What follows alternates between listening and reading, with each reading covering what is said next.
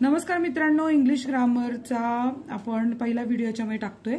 असे मी तुम्हाला तुमच्या पुस्तकातली सगळी वाक्य टाकणार आहे। जर तुम्ही कुठलाही नंबर मिस केला तर तुम्ही चॅनलवर जाऊन इंग्लिश ग्रामरची प्लेलिस्ट बघू शकाल, तर तुम्हाला सगळ्या प्रकारची उदाहरणे मिळतील। सो सेंटेन्स आहे, I can't pay you, rewrite making it affirmative. ज्यांना उत्तर येत असेल त्यांनी कमेंट करा, पण जेव्हाही तुम्हाला एक साधा नियम लक्षात ठेवायचा आहे की अफर्मेटिव्ह सेंटेन्स म्हणजे होकारार्थी वाक्य, आणि त्याचा पहिला नियम असतो की वाक्यामध्ये नो निगेटिव्ह वर्ड्स। तर इथे निगेटिव्ह वर्ड्स कोणता आलाय? कांट। कांट म्हणजे काय आहे तर सगळ्यांना माहिती आहे, कांट हे कधी कॅनॉटचं शॉर्ट फॉर्म आहे, आणि जेव्हा कांट वापरायचं नाहीये तर मग अशा वेळेस वाक्यामध्ये कांटला रिप्लेसमेंट काय असतं? अनेबल हा रिप्लेसमेंट वर्ड आहे, म्हणजे मी करू शकत नाहीये, पण इथे नॉट वापरलेलं नाहीये, अनेबल हे रिप्लेसमेंट आहे वर्ड। तर आता इथे उत्तर आपलं असं येणार आहे आय एम।